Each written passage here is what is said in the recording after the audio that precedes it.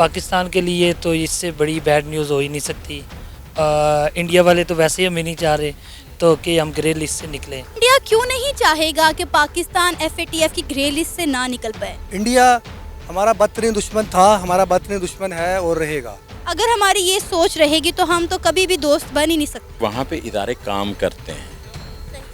करते हैं, सिफारिश पे नहीं आते। और ये मसरूफ़ भी जो आए होंगे, मैं यकीन रखता हूँ कि वो मेरिट पे आए होंगे, सिफारिश पे नहीं आए होंगे। न्यू प्रेसिडेंट इंडियन आने की वजह से अब पाकिस्तान का FATF की ग्रे लिस्ट से निकलना नामुमकिन है। नहीं, निकलना नामुमकिन तो नहीं है, लेकिन वो मुमकिन बना सकते हैं। हमारे मुल्क की, हमारे लोगों की बहुत सी कुर्बानियाँ हैं दहशतगर्दी के ख़िलाफ़ जंग में, लेकिन इंडिया ने इसका एक नेगेटिव इमेज पेश किया है दुनिया के सामने, जिसकी वजह से लोगों ने मुसलमानों को, स्पेशली पाकिस्तानियों को टेररिस्ट का करार दे दिया।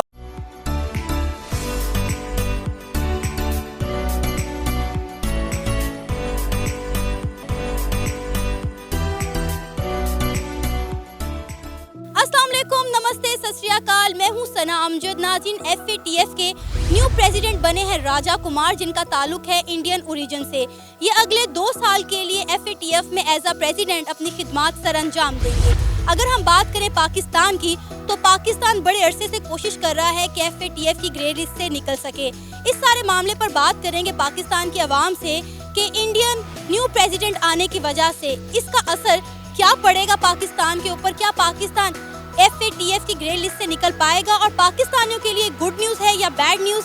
आइए ये उन्हीं से जानते हैं। अस्सलाम वालेकुम। वालेकुम सलाम। सर, आपका नाम? उस्मान अहमद फरीद। दानिश खान। इमरान खान। दानिश खान। FATF के न्यू प्रेसिडेंट बने हैं राजा कुमार, जिनका ताल्लुक है इंडियन ओरिजिन से।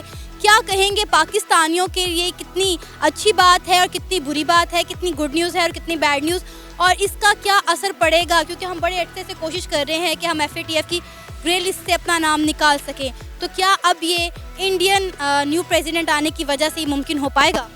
देखें, अल्टीमेटली इंडियंस हमारे अज़ल से दुश्मन रहे हैं और वो कभी भी नहीं चाहेंगे पाकिस्तान तरक्की करे और पाकिस्तान का नाम ग्रे लिस्ट से बाहर आए, हमारा मुल्क ग्रे लिस्ट से बाहर निकले। आई डोंट थिंक सो कि वो हमारे लिए बेहतर है, हमारे हक़ में होगा, कभी भी नहीं होगा। वो जिस कदर जितना मुमकिन हुआ नुकसान पहुंचाएगा पाकिस्तान को और पाकिस्तान के इमेज को। आपको ऐसा क्यों लग रहा है?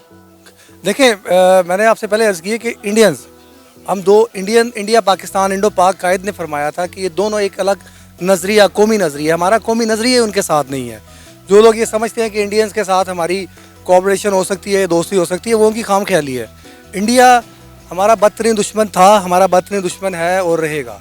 अगर हमारी ये सोच रहेगी तो हम तो कभी भी दोस्त बन ही नहीं सकते। देखिए, ये सोच मेरी या आपकी नहीं है, ये एक रियलिटी है, ये एक यूनिवर्सल ट्रुथ है, यूनिवर्सल रियलिटी है, और यूनिवर्सल रियलिटी से कोई भी डिनाई नहीं कर सकता है। इसको चेंज करने की कोशिश करेंगे तो चेंज होगी ना मेंटालिटी लोगों की। देखिए, सियासी सतह पे आप पॉलिटिकली या डिप्लोमेटिकली इसको चेंज कर सकते हैं, डिप्लोमेटिक तरीके से, लेकिन जो दिलों की या जो एक बीच में एक सीसा पिलाई दीवार है, वो कभी भी नहीं गिर सकती है और वो हमारे दरमियान रहेगी। और मैं ये समझता हूँ कि पाकिस्तान, अगर आप समझती हैं कि पाकिस्तान ग्रे लिस्ट में, आपको पता है कि था बहुत पहले से पाकिस्तान ग्रे लिस्ट में है, उसका प्रेसिडेंट या CEO तो अब चेंज हुआ है, राजा कुमार इंडियन उसका है, लेकिन पाकिस्तान को ग्रे लिस्ट में डालने का जो सारा क्रेडिट है, इससे पहले भी वो इंडियंस को जाता है, जबकि हम उनके खिलाफ ऐसे ओछे हथकंडे कभी भी इस्तेमाल नहीं करते। क्या किया इंडिया ने ऐसा? देखिए, इंडिया ने ऐसा ही किया कि इंडिया पाकिस्तान को अपना उसकी अक़वाम मुत्तहिदा की सतह पे और दुनिया में हर तरफ दहशतगर्द डिक्लेयर किया इंडिया ने, जबकि हमारी अफवाज की, हमारे मुल्क की, हमारे लोगों की बहुत सी कुर्बानियाँ हैं दहशतगर्दी के ख़िलाफ़ जंग में, लेकिन इंडिया ने इसका एक नेगेटिव इमेज पेश किया है दुनिया के सामने, जिसकी वजह से लोगों ने मुसलमानों को, स्पेशली पाकिस्तानियों को टेररिस्ट का करार दे दिया। और तो हमने अपने आप को इस काबिल क्यों नहीं बनाया कि हम अपने ऊपर ये सो कॉल्ड लगे हुए लेबल को हटा सकें? देखिए, अल्हम्दुलिल्लाह हम लोग इस काबिल हैं भी हैं, और हम लोग किसी भी आलमी सतह पे, अगर आप बैनुल-अक़वामी लेवल पे अगर आप देखें तो हम किसी से भी पीछे नहीं है। हमारे पास टैलेंट भी है, हम लोग हर फील्ड में, हमारे नौजवान और इंजीनियर्स, डॉक्टर्स, हर फील्ड में हम लोग आगे हैं, लेकिन बात सिर्फ ये है उनको प्रमोट करने की। यही बात आपने की कि पाकिस्तान में टैलेंट बहुत है लेकिन प्रमोट नहीं किया जाता। हमसाए मुल्क इंडिया की बात कर लें, जिसे अभी आप दुश्मन मुल्क कह रहे थे, वहाँ पे तो टैलेंट को प्रमोट किया जाता है। वहाँ पे दिन ब दिन तरक्की हो रही है। उनके हर सेक्टर को देख लें, वो हर चीज़ में हमसे आगे हैं। ट्विटर उठा लें, फेसबुक उठा लें, यूट्यूब उठा लें, गूगल उठा लें, तमाम बड़ी ऑर्गेनाइजेशन के सीईओज जो हैं वो इंडियन आकर बैठ गए हैं। लेकिन पाकिस्तान कहाँ है? पाकिस्तान एग्जिस्ट ही नहीं करता। पाकिस्तान खुद को डेवलप करने की कोशिश ही नहीं कर रहा, क्योंकि हम लोग अपनी दाल रोटी से निकल नहीं पा रहे। ये सियासतदान अपनी जेबें भर रहे हैं और आवाम को भूख के और 2 वक्त की रोटी के लाले पड़े हुए हैं और किसी काम से कोई सरोकार नहीं है। देखिए, आपका पहली बात कि पाकिस्तान की एग्जिस्ट नहीं करता, पाकिस्तान अल्हम्दुलिल्लाह एग्जिस्ट करता है। लेकिन आपकी दूसरी बात से मैं एग्री हूँ, मैं इत्तेफाक करता हूँ कि हम लोग फ्रंट लाइन में नज़र नहीं आते। वो सारा उसका जो मैं रिस्पॉन्सिबल है, वो मैं आपके सामने ये बात करता हूँ, मैं कैमरे के सामने, वो गवर्नमेंट्स हैं, वो हमारी गवर्नमेंट्स हैं। मफादात की जंग है, बेनिफिट्स देखते हैं। तो यही बात तो मैं कर रही हूँ ना। एक गवर्नमेंट वो दूसरी का पिछली गवर्नमेंट पे सारा ब्लेम डालती है। आपने देखा इमरान खान की गवर्नमेंट आई, उसने पिछली गवर्नमेंट पे किया, उसने ब्लेम डाला, उसने कहा इन्होंने मनी लॉन्ड्रिंग और वो केसेस और सारा कुछ। अब ये गवर्नमेंट आई, ये जैसे भी आई, रिजीम चेंज हुआ या जैसे भी आई, इस गवर्नमेंट ने इमरान खान की गवर्नमेंट पे डाला। ये गवर्नमेंट्स, ये हुकूमतें, ये बुजुर्ग शहरी बैठे हुए हैं, ये आपको मुझसे ज़्यादा बेहतर बता सकते हैं। मेरी बात सुने, यही आप बात कर रहे हैं गवर्नमेंट की, मैं भी गवर्नमेंट की बात कर रही हूँ। इंडिया की गवर्नमेंट को अगर देखें तो उनमें स्टेबिलिटी है। हमारी गवर्नमेंट में स्टेबिलिटी नहीं है। हमारी अभी एक गवर्नमेंट जो है अपना टेन्योर पूरा नहीं होता और हमारे जो हैं वो प्राइम मिनिस्टर चेंज कर दिए जाते हैं। नरेंद्र मोदी का 2nd टेन्योर चल रहा है जो कि ऑलमोस्ट ख़त्म होने वाला है और अपने इन 2 टेन्योर्स में नरेंद्र मोदी ने इंडिया के लिए कितना काम किया है वो हम सबको नज़र आ रहा है। देखिए, मैं समझता हूँ कि ये गवर्नमेंट की स्टेबिलिटी की बात नहीं है, ये मुल्क के साथ मुखलिस होने की बात है। इंडियन गवर्नमेंट, कोई भी इंडियन गवर्नमेंट आती है, वो पहले अपने मुल्क का सोचते हैं। आप देख सकते हैं, अगर आप कॉमन आप देखें, उनके पास गाड़ियाँ कौन सी हैं, उनका प्रोटोकॉल कितना है, वो अपनी मारुति यूज़ करते हैं। यहाँ पे कोई मिनिस्टर आता है, वो सबसे पहले इंपोर्ट करता है बुलेट प्रूफ, हालांकि 10 खड़ी होती हैं ऑलरेडी। वो एक अपने लिए स्पेशल इंपोर्ट करता है, उसमें स्पेशल उसने फीचर्स, स्पेशल चीज़ें ली होती हैं, वो कहता है कि मैं स्पेशल हूँ। तो ये मैं समझता हूँ, it's not about government stability, it's about loyalty with the nation. अगर यही सूरत हाल रही तो मेरा ख्याल है 70-75 क्या साल आने वाले अगले 20 सालों में भी हमारे मुल्क की यही सूरत हाल रहेगी, क्योंकि हमारे जो यहाँ के हुक्मरान हैं वो सिर्फ और सिर्फ अपने मफाद के बारे में सोचते हैं, अपनी जेबें भरने के बारे में सोच रहे हैं। आवाम से, यहाँ की हमारे मुल्क की सूरत हाल से किसी को कोई ताल्लुक वास्ता नहीं है। देखिए, मेरे जैसी कई नस्लें आई, कहीं चले गई। पिछले 75 सालों से मैंने आप सर्च किया है कि ये बुजुर्ग शहरी खड़े हैं, पीछे बैठे हुए हैं, आप इनसे पूछ सकते हैं कि 19-20 का फ़र्क भी नहीं आया। ये सब कुछ इस मुल्क को हम सिर्फ दुआएं चला रही हैं, बाकी गवर्नमेंट का कोई किरदार नहीं है। फिर हम हर चीज़ का जिम्मेदार, हर चीज़ का जो है ब्लेम उठा के इंडिया पे क्यों डाल देते हैं? देखें, वो अपने आप को जब किसी गवर्नमेंट ने से अवाम इंडिया पे नहीं डाल रही है। अवाम जो आपके रिप्रेजेंटेटिव हैं, जो आपकी गवर्नमेंट है, आपकी गवर्नमेंट कहती है ये किया, ये इंडिया ने किया, ग्रे लिस्ट में डाला, ये इंडिया ने डाला। हाँ, इंडिया ने डाला है। आप किसी को चांस देते हैं, किसी को मौका देते हैं, देन वो आप पे अटैक करता है या वो आपको हर्ट करता है। तो अवाम का ये आवाज़ नहीं है, अवाम की ये बात नहीं है। ये हमारी गवर्नमेंट जो अपनी पॉकेट्स को फिल कर रहे हैं, ये उनकी बात है। अवाम को उन्होंने एक साइड पे, एक डायरेक्शन में अवाम को बिजी किया हुआ है, उन कॉन्संट्रेशन डाइवर्ट की हुई है।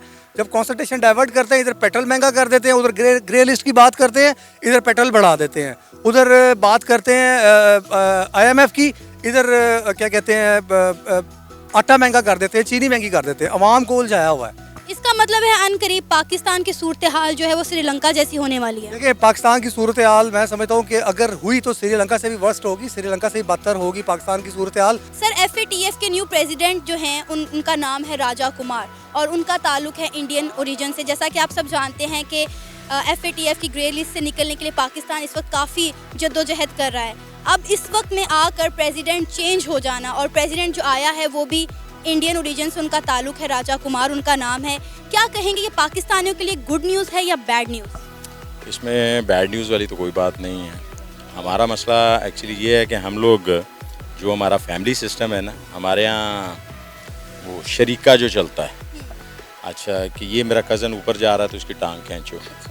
बाहर इस तरह से नहीं होता। बाहर के जो इदारे हैं पूरी दुनिया के अंदर, वो अपने काम से काम रखते हैं। ओरिजिन का मामला इस तरह नहीं होता। बहुत सी जगहों के ऊपर रशियन बैठे हुए हैं और वो अमेरिकन के हक़ में फ़ैसले दे रहे हैं, अमेरिकन बैठे हुए हैं रशियंस के हक़ में दे रहे हैं, चाइनीज़ बैठे हुए हैं तो वो ताइवान के हक़ में फ़ैसले दे रहे हैं। तो इस तरह नहीं होता। तो जो क्योंकि वहाँ पे इदारे काम करते हैं, सिफारिश पे नहीं आते। और ये मसरूफ़ भी जो आए होंगे, मैं यकीन रखता हूँ कि वो मेरिट पे आए होंगे, सिफारिश पे नहीं आए होंगे।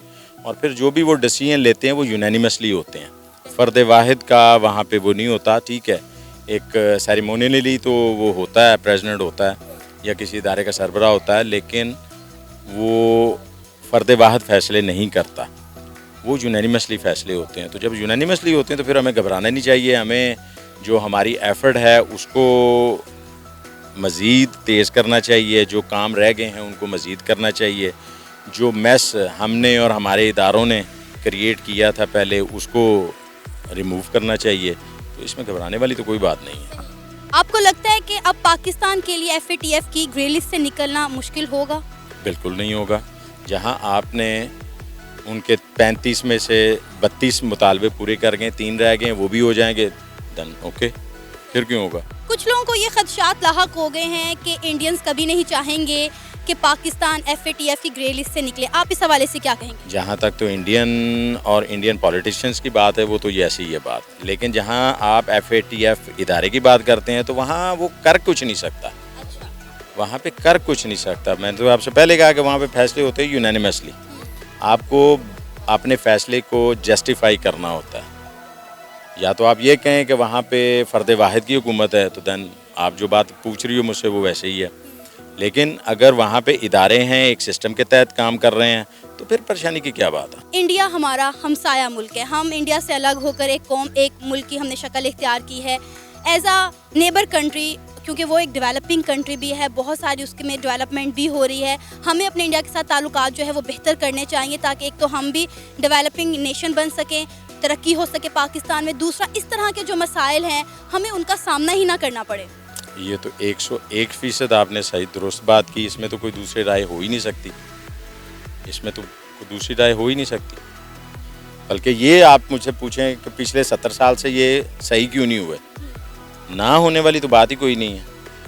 मतलब आपका भी मानना ये है कि इंडिया के साथ हमारे ताल्लुकात बेहतर होने चाहिए? क्यों होने चाहिए, क्यों नहीं होने चाहिए, क्या वजह क्यों नहीं है। हम गंदम खरीदते हैं 10,000 रुपये टन, साथ इंडिया दे रहा है हमें 3,000 रुपये टन, वो उससे नहीं लेनी। इंडिया जो है फ्यूल प्रोडक्ट्स जो है वो पूरी दुनिया में सेल कर रहा है। अच्छा, हम कहाँ से, कुवैत से, कतर से मंगवा रहे हैं, ये साथ बॉर्डर है, पाइपलाइन है, आपके कैरेज बचती है, हर चीज़ बचती है, आप नहीं ले रहे। ये तो आपको मतलब हमारे जो डिसीजन मेकर है ये उनको सोचना चाहिए। सर, FATF के न्यू प्रेसिडेंट बने हैं राजा कुमार, जिनका ताल्लुक है इंडियन ओरिजिन से। क्या कहेंगे, ये पाकिस्तानियों के लिए अच्छी खबर है या फिर बुरी? ये अच्छी तो नहीं है ख़बर, और बुरी इन सेंस ऐसे है कि पाकिस्तान काफ़ी उनकी शराइत पूरी कर चुका है और अब मज़ीद अगले 3 मंथ्स में हम ग्रे लिस्ट से निकलने वाले हैं और हम वो एप्लीकेबल लिस्ट में आने वाले हैं। लेकिन चूंकि उनके प्रेसिडेंट जो हैं वो इंडियन ओरिजिन के हैं, तो इंडियन ओरिजिन की वजह से हमें वो कुछ ना कुछ तो अपनी, जिसे वो कहते हैं कि तासब पसंदाना रवैया तो दिखाएंगे। और अभी तक जो पाकिस्तान पिछले 3 सालों से ग्रे लिस्ट में रहा है और age of the black list पे था, वो इंडियन फीडबैक की वजह से ही रहा है। और इंडिया चूँकि चाहता ही नहीं है कि इस खित्ते में पाकिस्तान अच्छा एक्सपोर्टर बन सके जो कि यूरोपियन कंट्रीज़ में अपनी मसनूआत की अच्छी सेलिंग कर सके। सर, आप इसका जिम्मेदार इंडिया को क्यों समझ रहे हैं? देखें, इंटरनेशनली भी एक पॉलिटिक्स होती है और एक इंटरनल पॉलिटिक्स भी है। इंटरनली हमारे अपने सिस्टम्स एंड प्रोसीजर्स उस लेवल पे क्लियर नहीं है। मनी लॉन्ड्रिंग की वो सिचुएशन हमारे पास उतनी पॉलिसी क्लियर नहीं है, जिस वजह से IMF और डिफरेंट जो मॉनिटरिंग फंड्स हैं उन्होंने हमारे पॉलिसीज़ को क्लियर नहीं किया, जिस वजह से FATF ने हमें ग्रे लिस्ट में रखा। और इंटरनेशनल पॉलिटिक्स में मैं ये कहूँगा ब्लॉक पॉलिटिक्स है, पावर पॉलिटिक्स है, जो अमेरिकन ब्लॉक में है, जो एंटी अमेरिकन ब्लॉक में है, जो यूरोपियन ब्लॉक में है, जो एंटी यूरोपियन ब्लॉक में है, तो उसमें प्राइस पे करनी पड़ती है। यानी आपका कहना है कि न्यू प्रेसिडेंट इंडियन आने की वजह से अब पाकिस्तान का FATF की ग्रे लिस्ट से निकलना नामुमकिन है? नहीं, निकलना नामुमकिन तो नहीं है, लेकिन वो मुमकिन बना सकते हैं। बिकॉज़ हम तो अब आखिरी पॉइंट पे हैं। उन्होंने 26 पॉइंट्स कहे थे, उसमें से हमने 24 तो लास्ट क्वार्टर में पूरे कर लिए, फिर 2 रिमेनिंग थे वो भी पूरे कर लिए। अब रिसेंटली अगर तो उन्होंने निकालना था तो वो फौरी तौर पे हमें डिसीजन दे देते, बट उन्होंने अभी भी इस डिसीजन को लिंगर ऑन किया। और अब अब इंडियन प्रेसिडेंट है, तो इंडियन प्रेसिडेंट अब अपनी जैसे कहते हैं कि प्रिजुडिनस तो दिखाएंगे, और ये दिखाने के बाद वो हो सकता है कि वो पाकिस्तान के ख़िलाफ़ फ़ैसला चला जाए।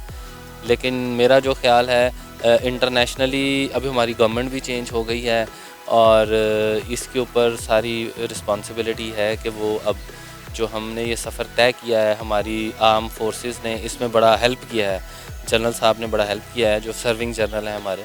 तो अब हम निकल तो सकते हैं, लेकिन इंडियन आने की वजह से हमें कहीं ना कहीं स्टॉपर लग सकता है मेरा। सर, ऐसा पॉसिबल नहीं है कि हम इंडिया के साथ अपने ताल्लुकात बेहतर कर लें ताकि इस तरह के खदशात जो हैं वो हमें लाहक हों ही ना? इंडिया के साथ ताल्लुकात तब तक बेहतर नहीं हो सकते जब तक एक बेसिक डिस्प्यूट दोनों कंट्रीज़ के दरमियान जो कश्मीर का है वो डिज़ोल्व नहीं होता या रिजॉल्व नहीं होता। FATF के नए प्रेसिडेंट बनाए गए हैं राजा कुमार, जिनका ताल्लुक है इंडियन ओरिजिन से। क्या कहेंगे इस हवाले से कि पाकिस्तान के लिए अच्छी खबर है या फिर बुरी? पाकिस्तान के लिए तो इससे बड़ी बैड न्यूज़ हो ही नहीं सकती। इंडिया वाले तो वैसे ही हमें नहीं चाह रहे तो कि हम ग्रे लिस्ट से निकलें, तो इस वजह से हमारे लिए ना बहुत ही बैड न्यूज़ है ये।